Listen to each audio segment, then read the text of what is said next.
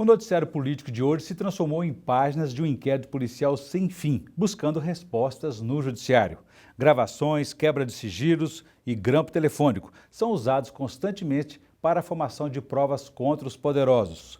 Quais são as validades e limites dessas provas perante o direito? Qual a importância da perícia?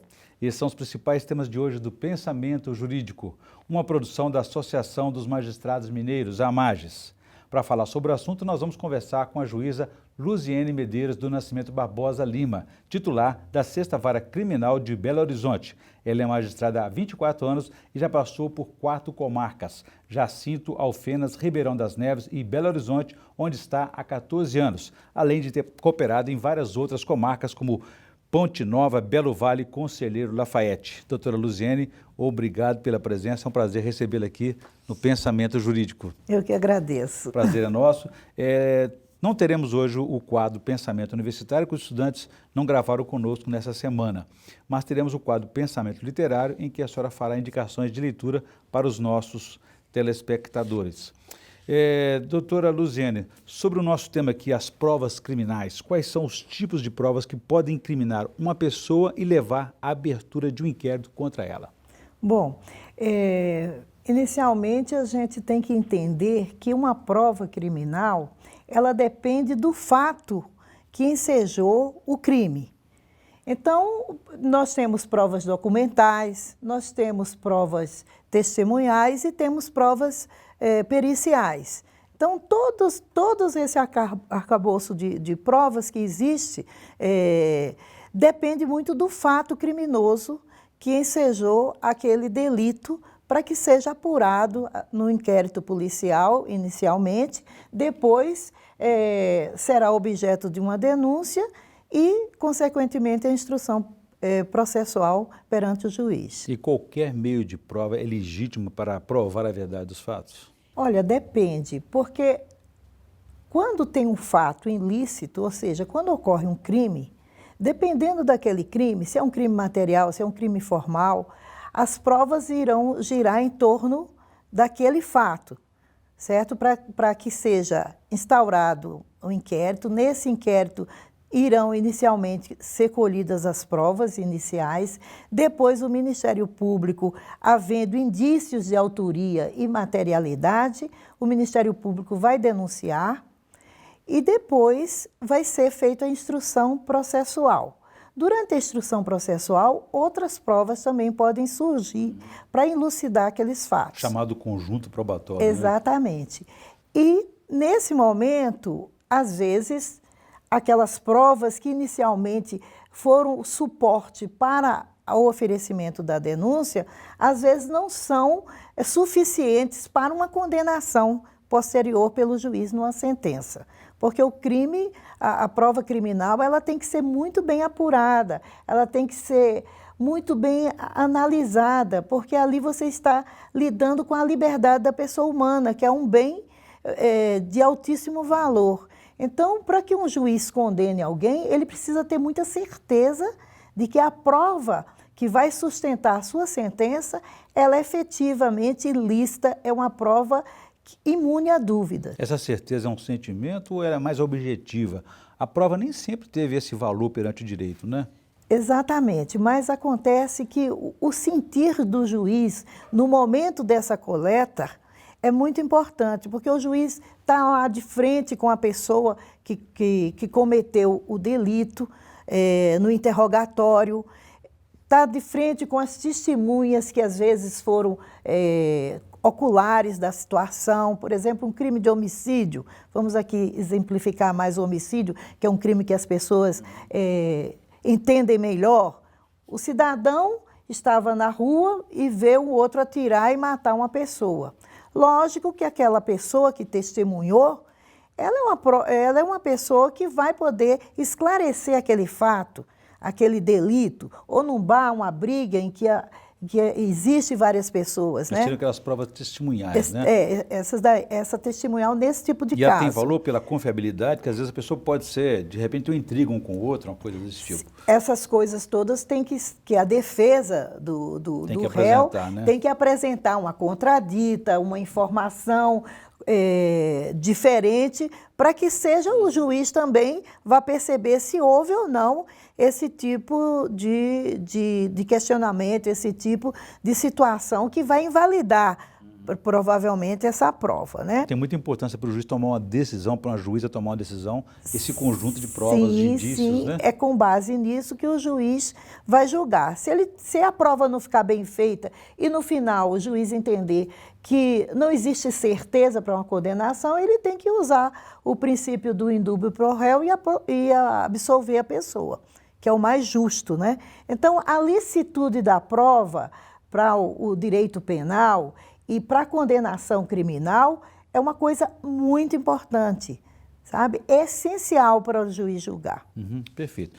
Doutora Luziane, eu vou fazer um intervalo agora. Eu gostaria que no próximo bloco a senhora contasse para a gente sobre a importância, a influência da tecnologia, a contribuição que ela trouxe para essa formação de provas e também em que situações que o juiz ou a juíza adotam medidas como quebra de sigilo fiscal, telefônico, enfim, bancário, para que isso possa constituir e formar provas contra alguém, um investigado. A gente volta então em instantes.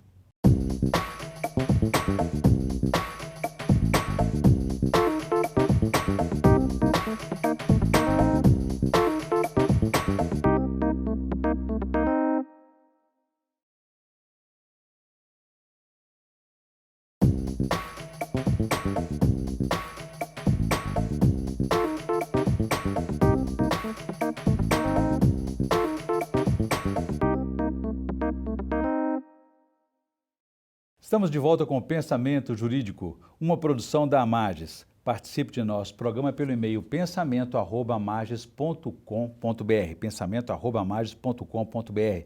Hoje estamos discutindo a importância das provas criminais no inquérito policial e também judicial. A nossa entrevistada é a juíza Luziane Medeiros do Nascimento Barbosa Lima, titular da 6ª Vara Criminal da Comarca de Belo Horizonte. Doutora Luziane, deixei para a senhora uma questão no bloco anterior a respeito da importância, da contribuição da tecnologia para essa formação de provas. Qual é? É muito importante a tecnologia, desde que essa tecnologia seja usada de maneira correta. Ou seja, a interceptação telefônica, ela deve ser precedida de uma autorização judicial para que ela seja lícita e seja aproveitada de uma forma coerente, de uma forma devida pelo juiz ao julgar uma demanda que necessite às vezes, de uma investigação dessa natureza. E hoje a gente acompanha pelo noticiário, até do político, naturalmente, que o grande susto, aí, a grande apreensão dos políticos é o grampo telefônico, a quebra do sigilo telefônico, fiscal, enfim, bancário também. Em que situações o juiz e a juíza se veem no momento de autorizar esse tipo de investigação? Geralmente, a gente está vendo hoje em dia nessas questões dessa lava-jato, desses tipos de crimes que estão sendo tão corriqueiros, né?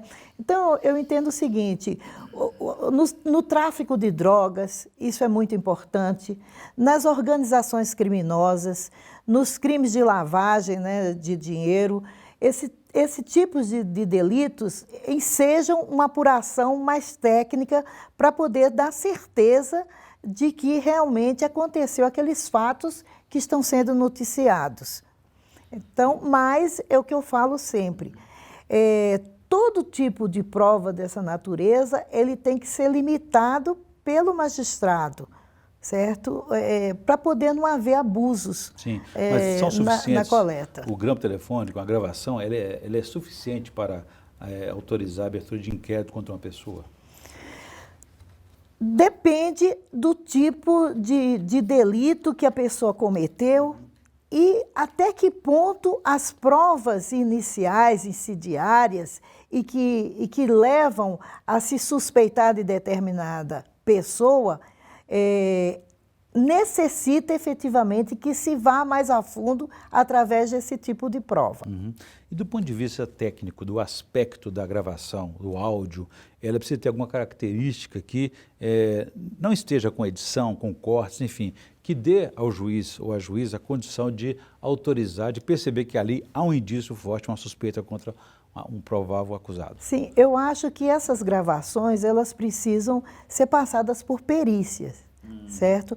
A transcrição também dessas gravações, ela tem que ser no inteiro teor, porque senão ela não vai...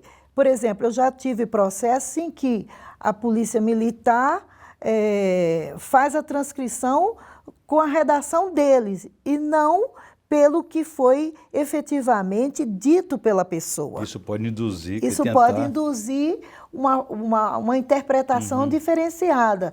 Isso não pode. Eu já tive casos em que houve a interceptação por uma pessoa que se comunicou com a outra e aí gravou. Então, essa gravação foi submetida a uma perícia técnica, inclusive por peritos, né, nomeados pelo juiz da Universidade Federal de Minas Gerais. Sim, o juiz tem que nomear esse perito. E o laboratório da universidade concluiu que aquela gravação não dava para saber quem eram os interlocutores, verificou que houve cortes, que tinha coisas apagadas. Então, essa prova, ela ficou viciada. Essa prova não deu a segurança. Não deu a segurança para você condenar uma pessoa com base numa prova dessa natureza. O ideal é que ela muito seja contínua, sem cortes. Exatamente, ela tem que ser contínua, sem cortes, e que possa se identificar os seus interlocutores, porque aí o juiz terá segurança de dizer, não, essa prova realmente foi obtida de uma forma certa, de uma forma bem feita, e me dá certeza de que existiu esse diálogo. Sim.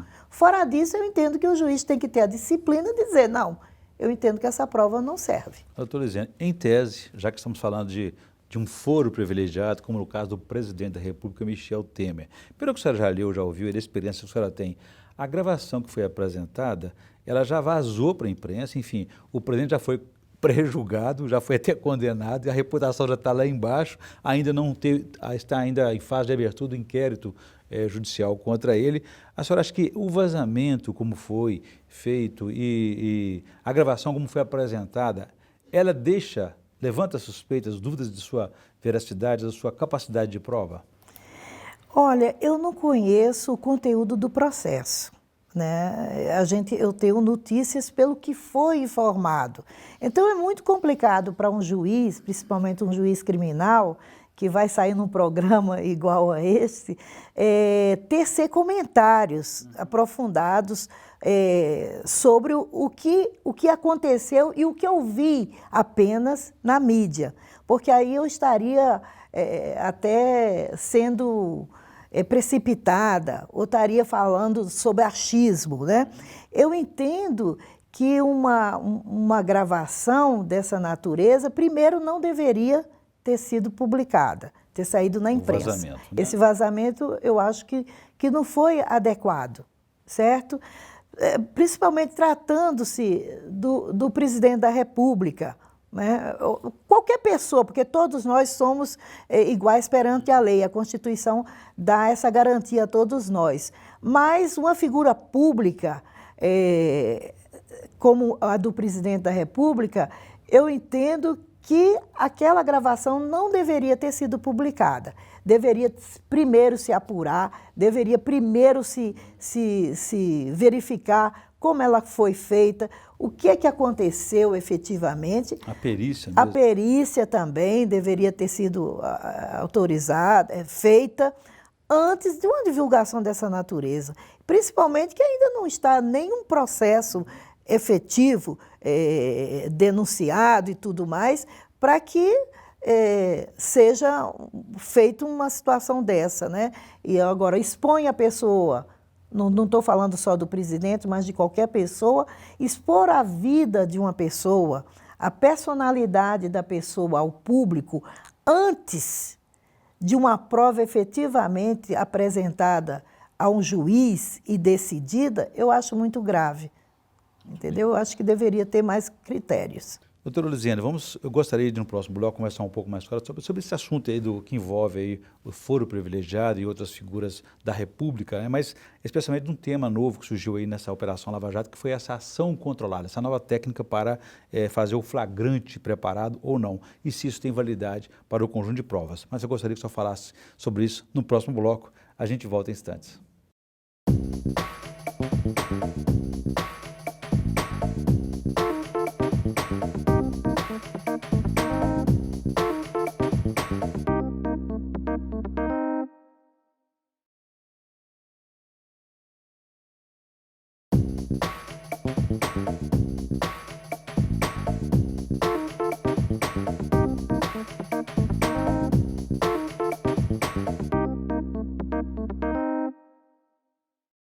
Estamos de volta com o Pensamento Jurídico, uma produção da Amages. Hoje estamos discutindo a importância das provas criminais no processo judicial.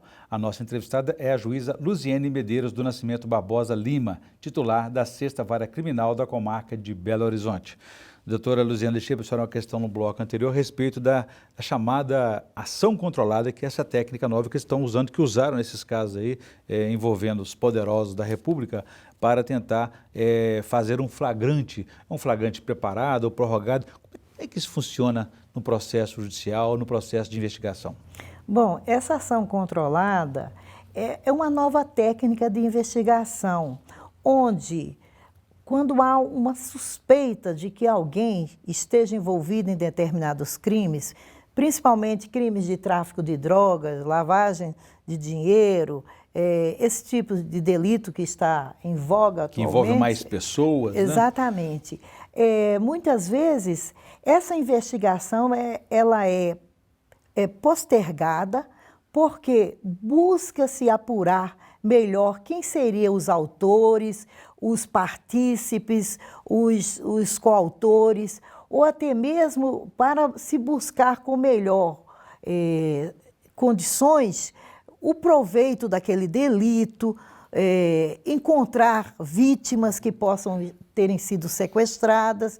Então, se prorroga essa investigação para se levar essa investigação mais adiante e, no final, se conseguir concatenar todas aquelas provas e aí sim fazer uma prisão ou requerer determinadas questões mais importantes para que leve ao final uma condenação. A investigação que leve a uma condenação, uma apuração mais bem aparelhada. Ou seja, se eu entendi bem, por exemplo, se no caso de tráfico de drogas, isso. Se alguém está fugindo ou levando drogas para uma cidade, para uma outra cidade, não faz típico.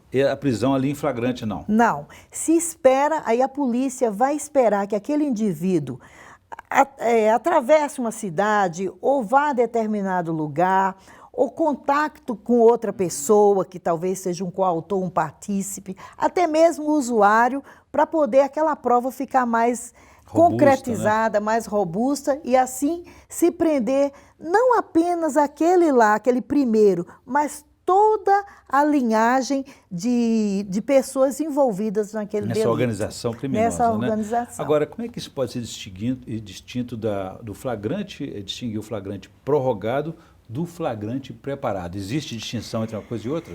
Pois bem, essa questão aí da ação controlada, ela é interessante pelo seguinte: quando é que ela se torna lícita?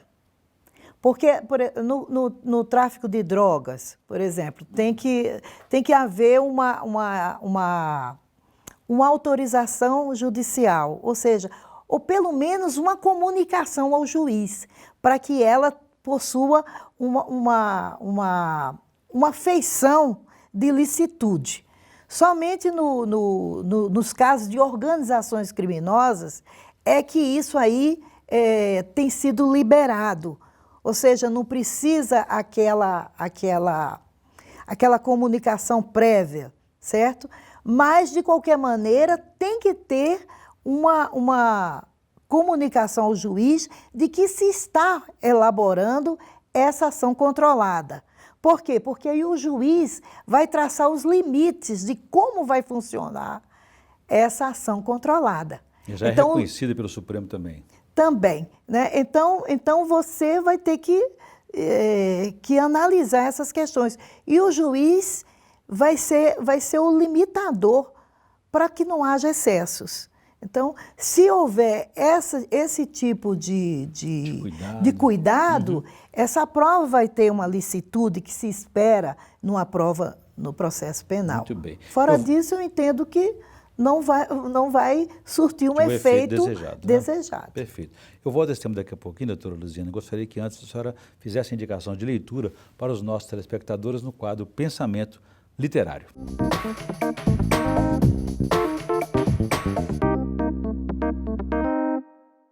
Bom, o meu livro de cabeceira, que eu gosto de sempre ler e me deleitar, é a Bíblia Sagrada. Eu sou evangélica e desde da mais tenra idade eu aprendi a estudar a Bíblia.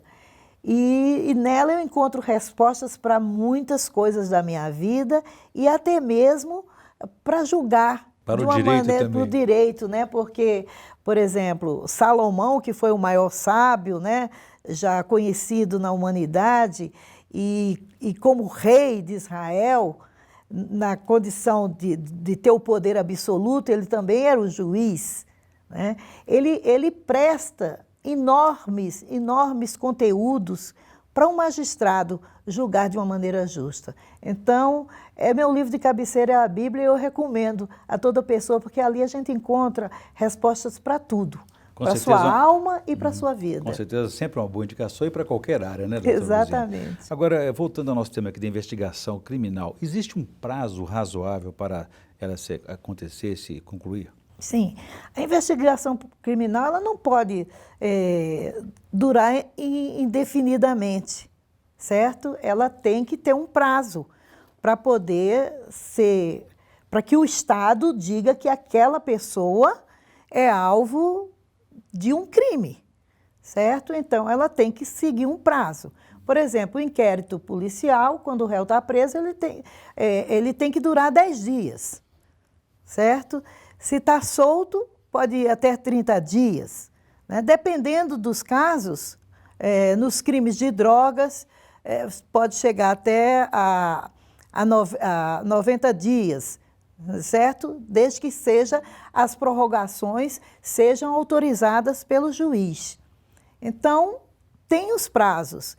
E tem crimes que não se consegue desvendar.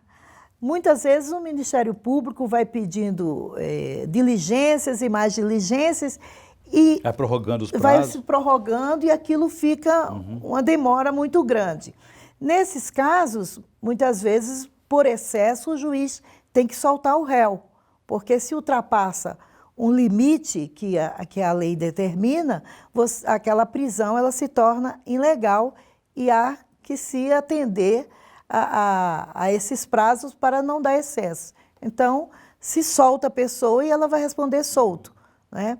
E eu já vi casos em que o Superior Tribunal de Justiça já, inclusive, determinou o trancamento da ação penal porque ela perdurou por 9, 10 anos, 7 anos e o Estado não conseguiu concluir essa investigação para chegar ao indiciamento de alguém. Então, ensejou por parte daquela pessoa que é alvo de uma ação, de uma investigação, que ela não pode perdurar a vida toda, o desejo de se ver livre daquela situação. O desejo de andar de uma maneira tranquila, sem ter um peso sobre si, de estar indiciado ou estar sobre suspeito de um crime. Então, os superiores tribunais têm trancado esse inquérito. Doutora Luziana, só para a gente encerrar, a respeito da tecnologia ainda, o bloqueio judicial imposto no Brasil e a questão do WhatsApp. De que forma que isso pode ser feito e em que situação é feito?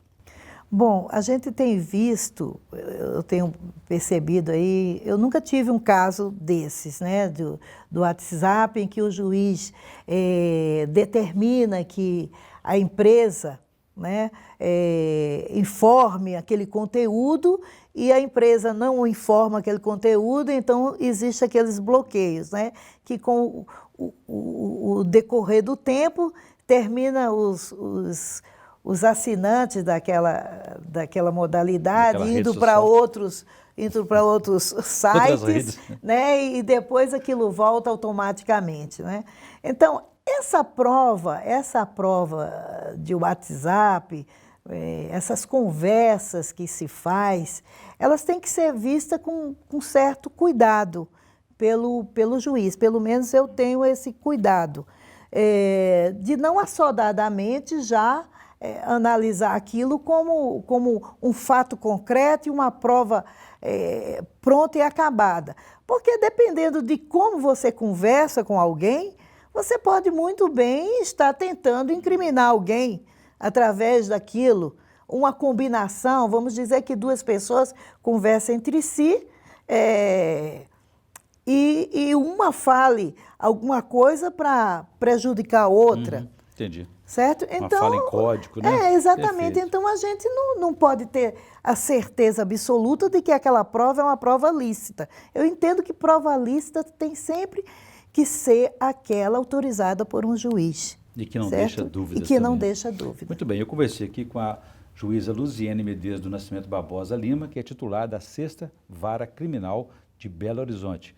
Nós conversamos aqui sobre as provas, a importância das provas criminais no processo judicial. Doutora Luziene, obrigado pela presença, foi um prazer recebê-la aqui no Pensamento Jurídico. Eu que agradeço a oportunidade, espero ter contribuído de alguma forma. Com certeza, nós agradecemos também e ficamos por aqui. Se você quiser participar, escreva para pensamento@amages.com.br. Obrigado e até a próxima.